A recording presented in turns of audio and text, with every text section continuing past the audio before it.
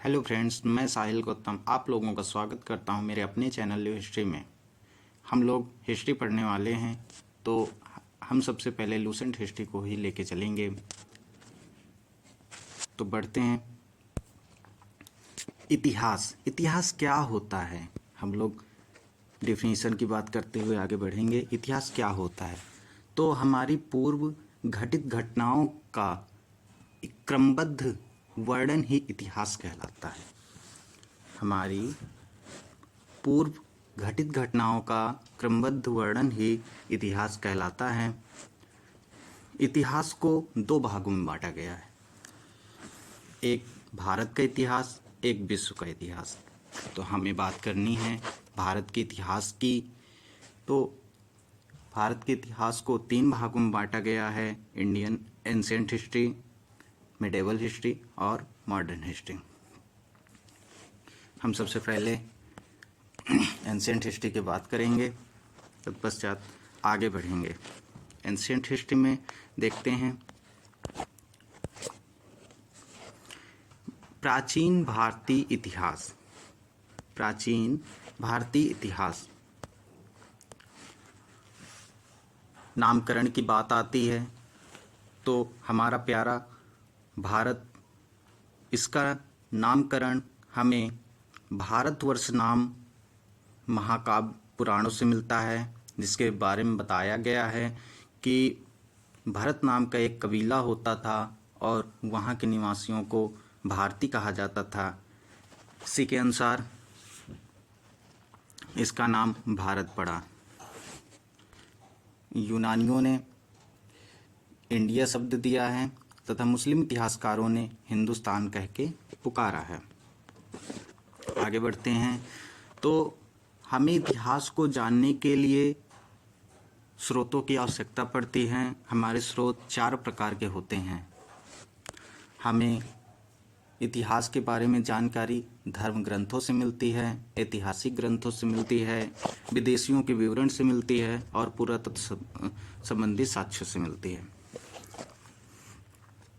सबसे एग्जैक्ट विदेशियों के विवरण से को माना जाता है, क्योंकि कहा जाता है कि कोई व्यक्ति अगर किसी स्थान की यात्रा करेगा तो वो काफ़ी हद तक सच ही लिखेगा।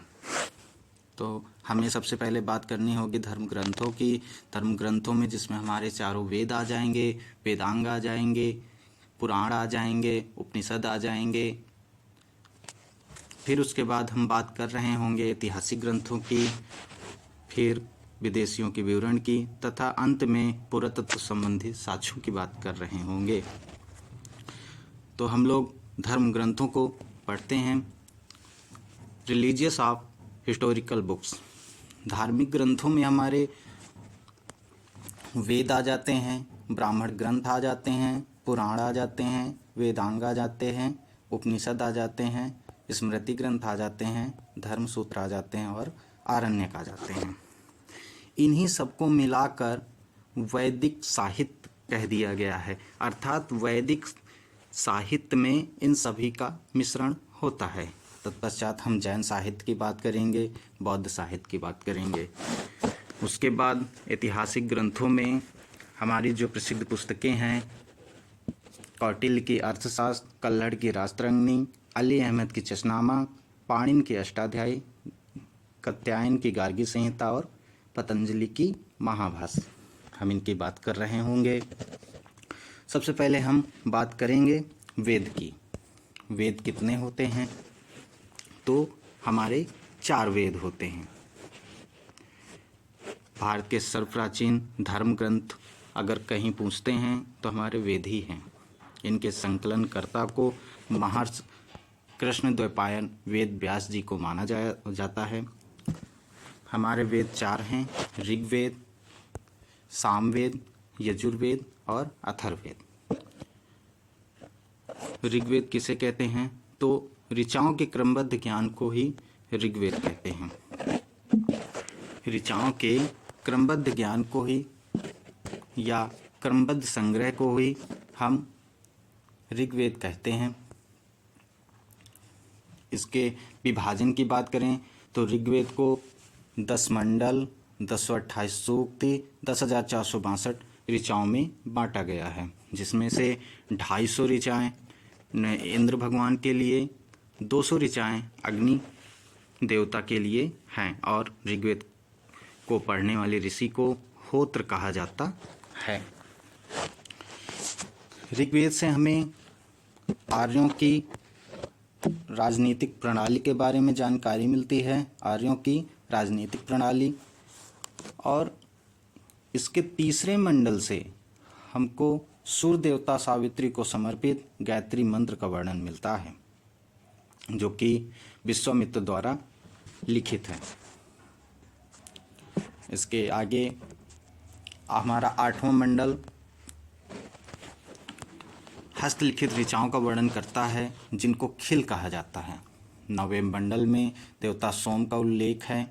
10वें मंडल में चतुष्वर्ण समाज की व्याख्या की गई है, जिसमें बताया गया है कि हमारे 4 वर्ण हैं, ब्राह्मण, क्षत्रिय, वैश्य और शूद्र,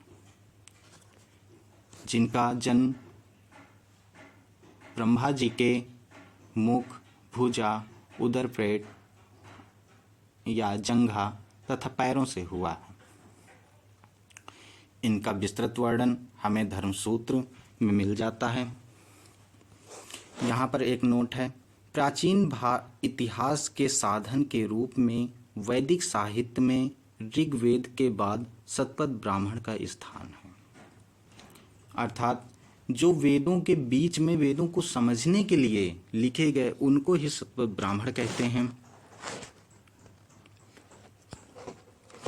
हाँ, एक बात कि ऋग्वेद के 7वें मंडल में दशराग युद्ध का उल्लेख है, जिसमें राजा सुदास एक तरफ से लड़ते हैं तथा एक तरफ से 10 जन लड़ते हैं, अर्थात कबीले, जिसमें राजा सुदास की जीत होती है। ये हमारे ऋग्वेद के 7वें मंडल में वर्णित है।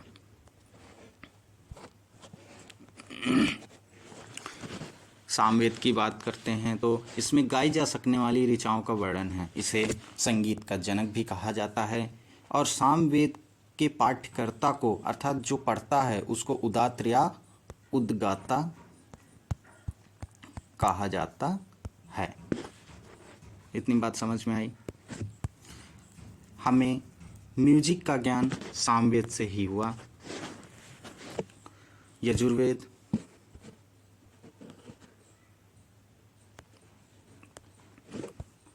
यजुर्वेद वैदिक कर्मकांडों के नियमों का संकलन यजुर्वेद कहलाता है। अर्थात इसमें जो जितने भी यज्ञ होते हैं, कर्मकांड होते हैं, उनके विषय में सारी जानकारियाँ दी गई हैं। इसके पाठ्यकर्ता को अधर्यु कहा जाता है।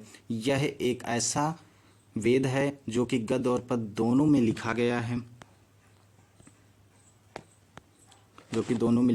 है,